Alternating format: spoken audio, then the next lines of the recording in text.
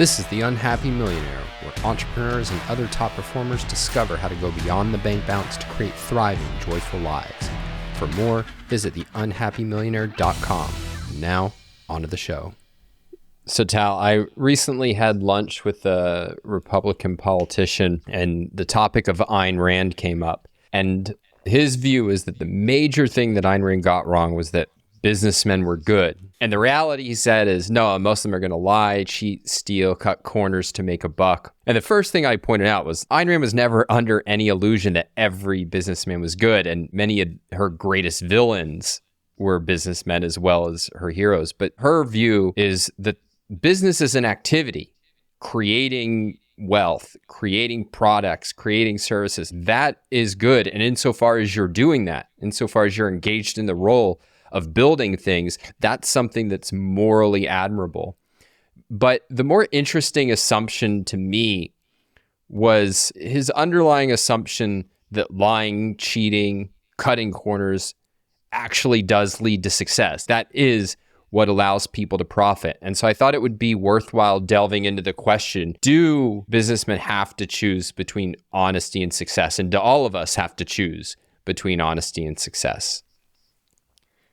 Well, first, in today's mixed economy where in everything that you do, every business that you open, you're regulated to death by so many bureaucrats, it's almost impossible to avoid the need to deal with dishonesty that comes from the government, people who have force against you. And so in many times, you're confronted with dilemmas that in a free market you wouldn't have.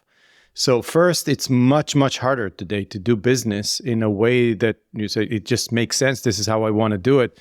No, you have to do things you don't understand why you need to do them, and it creates dilemmas and issues. But I agree with you. Honesty is a human virtue. It's not a virtue for businessmen. It's just that business today seems so hard to do honestly that you assume that if you make a buck, then somehow cheated or lied about it. But his premise is the opposite of what it means to open a business and do what you love doing, which is to create value and enjoy the fruits of it honestly, because you cannot enjoy the fruits of your profits if you're dishonest about it. So he's wrong about it. But I think I care more, honestly, the reason why I do this podcast is to talk to the businessmen, to the businesswomen, not the politicians who think they lie and steal and cheat. Let them think whatever they want. They will never have the joy of seeing something being made. And I think the problem is the business people think about themselves as sometimes as dishonest, or they have a problem with making a profit.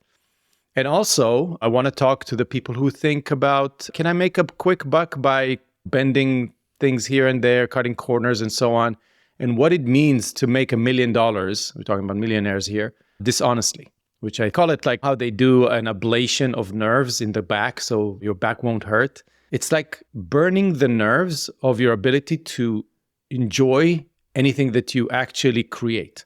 That's how I feel about creating success, quote unquote, dishonestly, or material or profits. And that's something that I care a lot about, because I think businessmen and women are suffering from different issues.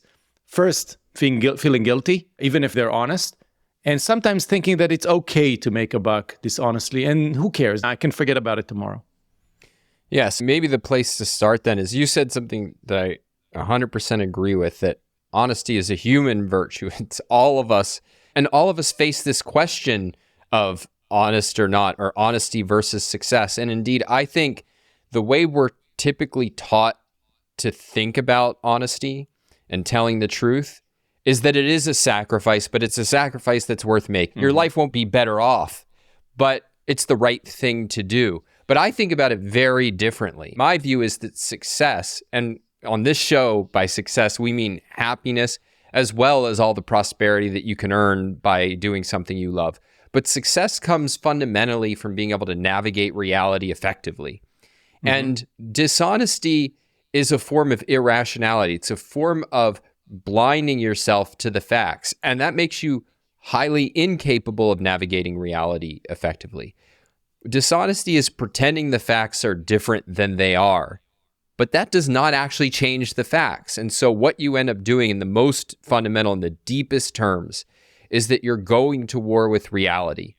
And that's true whether you're lying to other people, or even more essential, I think, is if you're lying to yourself. If you're pretending to yourself that I know more than I do, that I'm more capable than I am, that I don't have these flaws or challenges that I have, you're engaged in self-made blindness, and that can never be to your interests. I agree. I'm a very visual person, so I think in visuals. The way I think about honesty is that you have the eye of your mind, right? So the way I think about distortions and emotions and things like that is you have the eye of the mind. The mind sees. The mind knows. So let's say I cheated. I stole something from a partner and they don't even know about it. And then they will never know about it. I just put $1 million aside. I hid it in the books. Nobody will ever know about it. The mind knows. And I think that honesty, if you think about it, it's really a requirement of the human mind because it is the way it functions. You will never unknow or unsee or disintegrate the knowledge that you have cheated and you have stolen. I always ask young people, let me give you an understanding of what it means. Here's a suitcase. It's $1 million in it. You can take it. You know it's somebody left and just left it there, but you know they left it by mistake. It's theirs. And you have the option to take it and no one will ever know. Will you take it?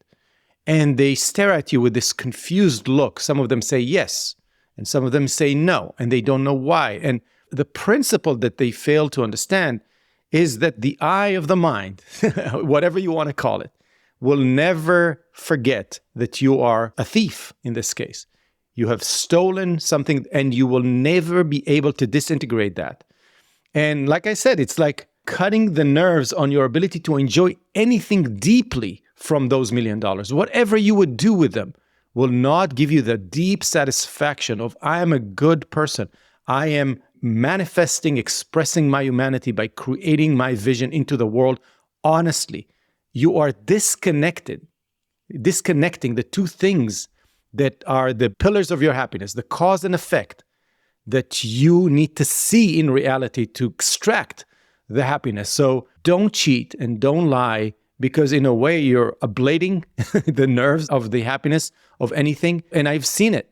If you remember, we talked about a lot of millionaires that are unhappy. It's because they have done it in ways that are dishonest and they can never really reap rewards of their material success or profits.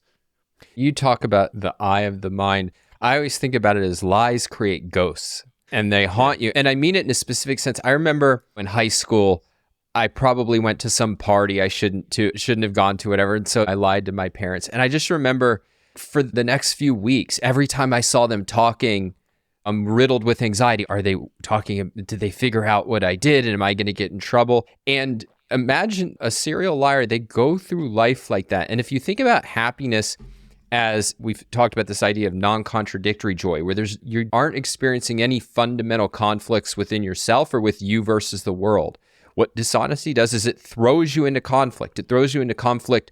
You can think of it metaphysically, where you're actually at war with the facts. And psychologically, it's the experience of when is the other shoe going to drop? And that is not conducive to loving your life. It's not conducive to being all in on a positive, which is the pursuit of your values. You're now half running away, watching everything, and it really poisons relationships because you don't want to be seen, and yet human connection is the desire to be seen. So you're just undermining everything. And the ghost is always there. When you told me we're going to talk about honesty, I remember the part of Galt's speech in Atlas Shrugged, which I thought was amazing. She says there, honesty is not a social duty, not a sacrifice for the sake of others, but the most profoundly selfish virtue man can practice. His refusals to sacrifice the reality of his own existence to the deluded consciousness of others, which is the ghosts that are haunting you of like, will they find out? Will they figure out? And you're now enslaved with this idea of disconnected cause and effect, and now somebody's gonna find out and people will see it for who I am really, the thief that I am. And that's not where you want to be. Rand goes on to make a really, I think, profound identification, which is, in general, the way that we benefit from other people is through their intelligence, their perceptiveness, their alertness. The more they know, the more we benefit from dealing with one another. And now it goes against you. Now, when you're dishonest, you're relying on their stupidity, their irrationality. And she has this line about something like, your source of values is the fools you succeed in fooling.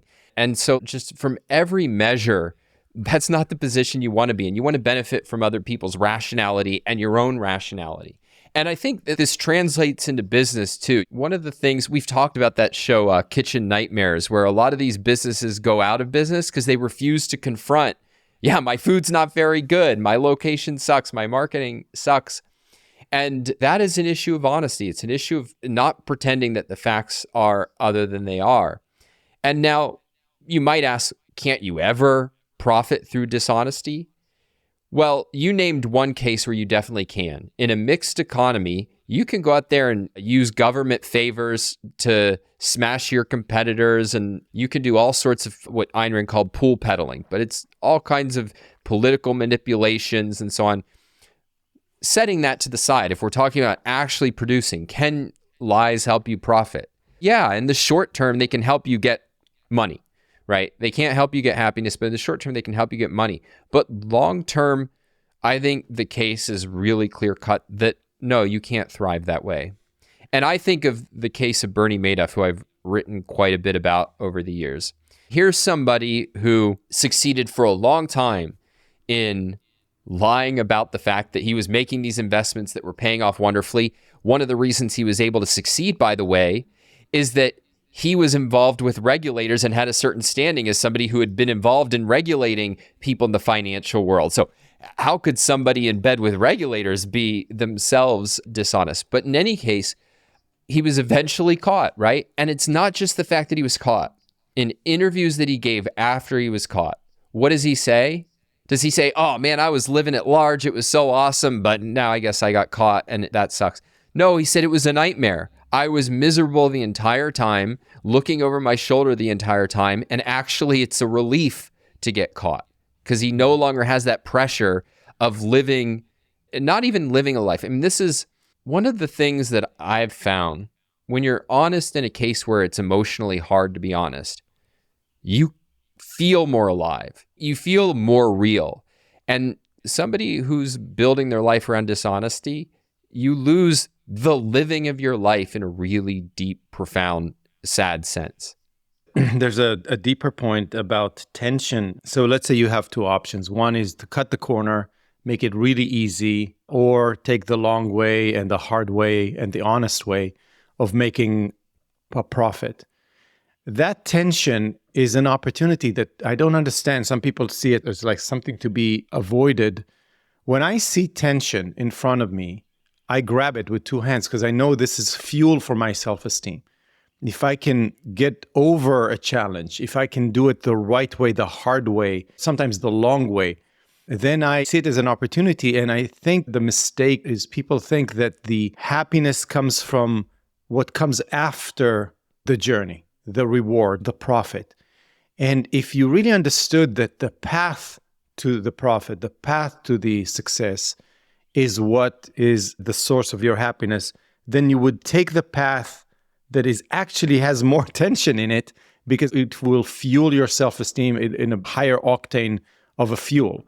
So even with young people that are starting their journeys, what I try to instill when I talk to them is try to find the way that has the most potential for you to show yourself. The eye of the mind is always looking, even when you're doing great things. And so if you're challenged and you're conflicted and you choose the right path, the honest path, you will get rewarded even if you don't get to the success, even if your startup has failed, even if you went against what people told you to do, which is to cut corners and bribe someone. I actually remember being in a meeting when the customer said, it's not the customers, it was the decision maker, said, if you pay me personally, I will choose you. And we're talking, I think it was a $5 million deal. Anyone wanted like 50K. If you just find a way to give me a cash for 50K, I will choose you. And we walked out of the meeting and my manager said, wow, we need to make a decision. And I was looking at him with shock in my eyes. It's like, do we? Is there a decision to be made here other than go report this guy to his managers and get him kicked out? So it was my sense of, I am not going to win this knowing the rest of my life that I gave somebody $50,000 under the table to win it. No, I would rather lose and walk away. And so that is an opportunity. It's not a dilemma. It's an opportunity to seize reality and seize the opportunity to show yourself acting in reality honestly. Well, maybe it's worth pausing on a couple of harder cases or whatnot, because I think sometimes it's unclear what honesty actually demands.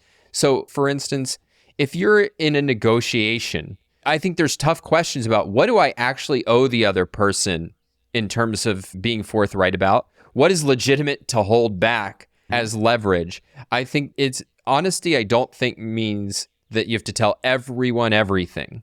How do you think about it? For instance, if I'm negotiating with you, you want to hire me, Tal, and you ask me, how much were you getting paid before? Now, I wouldn't lie to you about it, but I don't think I owe you that information because I might think I was way underpaid. I'm not telling him I was making $50,000. I'm just going to say, well, look, I want you to judge me based on my market value, not on what my previous employer was thinking. I respect one of the ways to know that you're dealing with an A player is that they're very clear about their demands. They're very clear about what they want to make, and they're very clear about what they won't tolerate. And that's a great sign for me. Hard negotiators, not even hard. I mean, when somebody almost gives you an ultimatum, I'm dealing with someone serious here. They know, but even in a much more complex environment of, let's say, a real negotiation between two companies, I might know that the price that I'm asking is actually higher than what I would be willing to take. It's your responsibility, the other side, to figure out things for yourself, right? It's a game of trade. It's a game of reason. And actually, if you're not rational as I am, you will lose in your negotiation. I will outsmart you. And that's not dishonesty.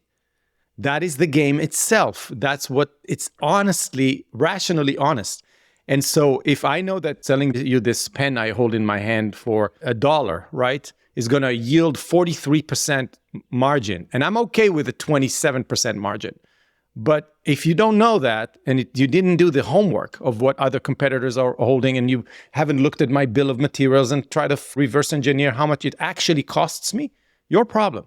And I will be actually more happy with myself if I walk out of a meeting and close a deal that is actually better for me. Right? Without disclosing all of the relevant, but with the materials the pen is made out of, the quality, what you should expect, how long the ink will last, and so on and so forth. So it's not an easy thing. Nobody said anything being easy. And it's not simple. But the principle, in a way, is simple. That's why I love principles. I love principles. They just allow me to simplify my life to the basic do's and don'ts, knowing that they don't give you the full path forward and guide you all the way. You have to think based on them. But when the dilemma comes up, it's, okay, what is at stake here? It's, okay, this is my honesty, this is justice or something like that. Like my boss said, there's something to think about. No, there's nothing to think about. This is why we have the principle. There can be difficult questions about what does honesty require, but there's no open question for a good person. Should I be honest? The question is, what is the requirement? Let me take one more difficult case, because this is a lot of the people that I've worked with in their careers. This is the struggle where they find things most challenging. I have a boss who's, let's not say so wildly irrational that you should just quit, right? But he does not want to hear criticism. He will lash out. He'll make occasionally irrational demands. And so I'm put in a position where, hey, Don, what do you think of this?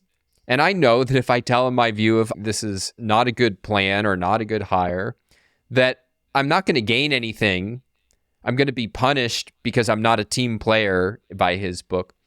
How do you think about honesty in a case where it seems like there's an incentive, like I could lose my job or at least not be successful if I'm telling him the truth? But on the other hand, I want to be an honest person. I know long-term. This is a complicated scenario because you got two things involved, two virtues. I think it's rationality and then honesty of seeing the irrationality. So, and that's what messes up a lot of people because they don't see the complexity of the situation. So let's say you have an irrational boss, right? In a way, they're doing something that is not optimal. It's not the right way of thinking. And that's the reality. They're optimizing for their emotions or, I don't know, some psychological issue of not dealing well with criticism. They take it very personally, and that, in a way, limits your ability to express yourself, to push the product forward, to make great decisions. So that's reality. That's first. Now, are you honest with reality? Are you seeing it for what it is? And you're telling yourself, okay, this is the case. Now, what are my options? I can continue working with that person, knowing that they're really good at one aspect of the business and they're not good at that. What can I do with this? Can I somehow solve the situation? Or should I leave and try to find a more rational boss? Dealing with people is the hardest, most complicated thing that I find to do in this world, because they're so multi-layered and they're so complicated. And you have to separate the good from the bad and the rational from the irrational. They have great sides to them. They have strengths and weaknesses and so on. But if you apply your mind to what's going on, what do I know is true about them? How can they help me? And what are the areas where I should not learn from them or not expect to get anything from them? Then you know the reality about who they are. If you're a child, you want to change that maybe. But if they're a sovereign adult, you maybe not. And then you have to make a decision, an honest decision. What do I do with that person? What can I gain from them? I can tell you the other way now that I'm CEO. I have employees that have strengths and weaknesses. And it's almost, for me, it feels like a puzzle game. Given their personality and what they're good at and what they're not good at, where do I put them in order for them to extract as much value out of them? They're not perfect. And some people have faults. But you always have to make the honest decision of who they are and how to approach them. And going back to other virtues like justice. And again, to the point where if something is broken, like someone is cheating, someone is lying, someone is doing something that is unethical, that's where there's nothing to think about. I don't care if you're the smartest person. And I had a case where I had the most amazing sales engineer. He was brilliant. He would go to a customer and solve all their problems. And the customers, yes, I'm buying all of it and I'm upgrading, and because this guy's just brilliant. But he was unethical. And at one point I said, I have to let you go. I can't work with you. I'm not going to corrupt the whole culture here because of your value system. And it was a shocking thing when I notified the team, but it was so empowering when I explained why. So, yeah, that's how I think about it. But it's complicated. It can get very complicated. I do want to come back to this idea of the view of the profit motive and the idea that there's something inherent in the pursuit of profits that drives people towards dishonesty. There's definitely dishonest businessmen, but I don't think there's any actual reason to think that it's a higher proportion than any other field. But Tal, maybe you've heard this statistic. Who commits the most crimes on TV and movies? Of course. Yeah, businessmen. Yeah, it's not terrorists, it's not the Russians, but it's businessmen. And it's precisely because, well, we find it plausible. If you're after profits, you're up to no good. And I view that as a bias. It's a prejudice in the same way as a racial prejudice. It's an irrational attribution to people of vice.